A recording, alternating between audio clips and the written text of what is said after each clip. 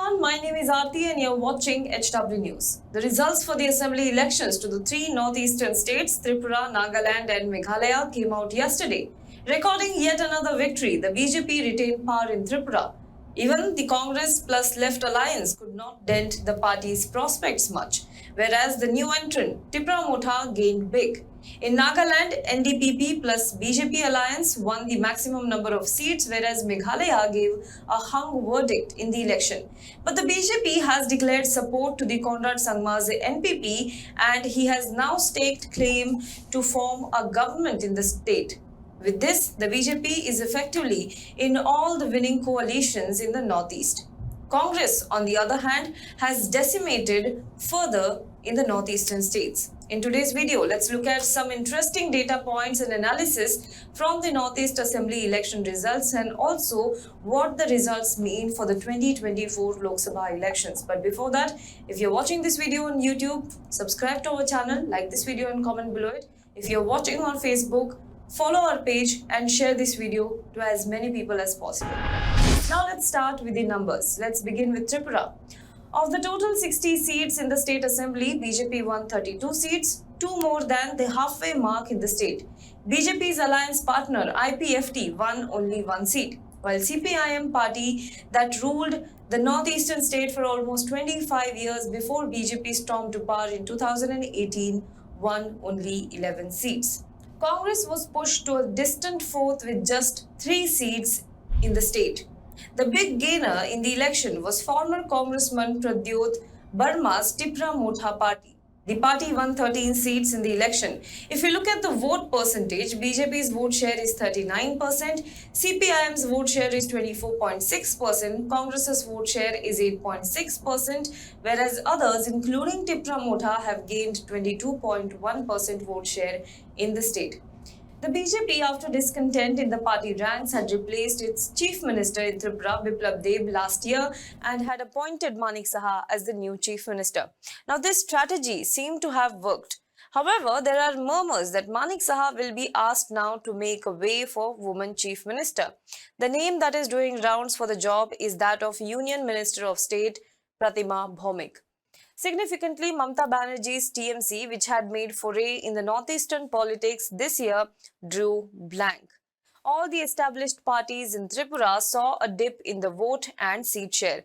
In 2018, BJP had won 36 seats. Its alliance partner IPFT had won 8 seats. IPFT lost almost 7 seats this time, whereas BJP has lost 4 seats.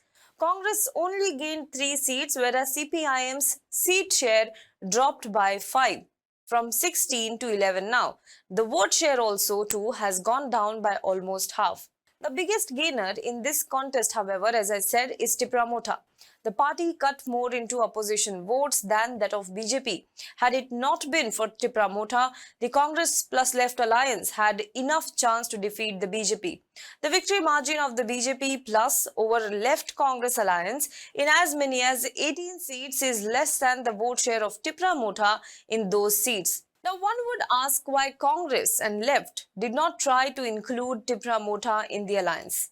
While the talks to this effect were held, but negotiations failed to bear any fruit. As a result, Tipra Motha contested separately.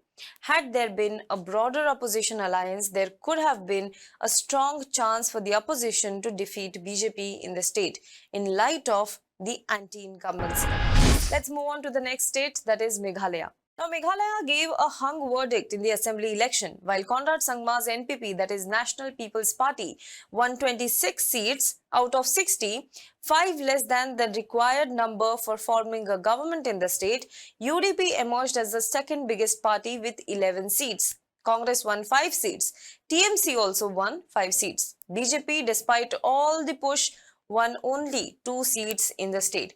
After the results, Conrad Sangma approached the BJP and asked for support to form government. The BJP also accepted this and offered their support. Now, this is interesting, particularly because a few days back, just before the election, the BJP had campaigned rigorously against Conrad Sangma-led government. Home Minister Amit Shah even called it the most corrupt party, the most corrupt government.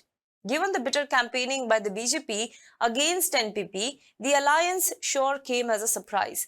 But given the fact that northeastern states have to depend on the centre for much of their funds, this seemed to be a dominant factor for the alliance consideration. Now, Meghalaya results were also a reality check for TMC, which entered the state politics just 2 years ago. Despite all the loud campaigning, the party could not go beyond single digit in the state. Many analysts believe that this is because the party's campaigning was focused around one man, Mukul Sangma, and it had nothing much to offer.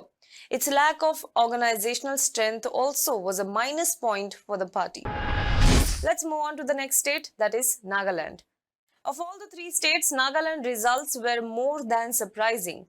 NEDA, that is Northeast Democratic Alliance between NDPP and BJP together won 37 seats out of the 60 seats in the state. NDPP won 25 seats whereas BJP won 12 seats. Congress drew absolute blank in the state. But here is an interesting bit. It is Sharad Pawar-led NCP that has won 7 seats in the state, becoming the largest opposition party. Not only that, Ramdas Athawale's RPI also has won 2 seats. The party workers also celebrated this unusual victory in Mumbai yesterday. Even Ramvilas Paswan's LJP and Nitish Kumar's JDU won 2 and 1 seats respectively. Now, in a historic event, the state also for the first time elected women MLAs. The 2 women lawmakers belong to the ruling Nationalist Democratic Progressive Party. Now let's talk about the HW point of view in this entire matter. The 2023 Northeast Assembly elections have a message for the political parties, especially the opposition, with respect to 2024 Lok Sabha election. The lesson is, with a divided opposition, it is impossible to take on the BJP. Had Congress+Left alliance worked out a formula, a consensus with Tipra Motha, probably they would not have lost 18 seats to the BJP. Mamata Banerjee has already said that in 2024 her party will contest elections solo and not in alliance with any front. Lesson number 2 is that of there is no alternative. And this again is for the opposition, not for the ruling party. Parties which traditionally have no core base in Nagaland, like Sharad Pawar's NCP and RPI of Ramdas Athawale, won significant number of seats. It indicates that in absence of strong local party opposition candidates, people may find alternative in parties that do not even have core base in the state. That's all for this video. Do let us know what you think about this in the comment box below. For more news and updates, you can log on to www.hwnews.in.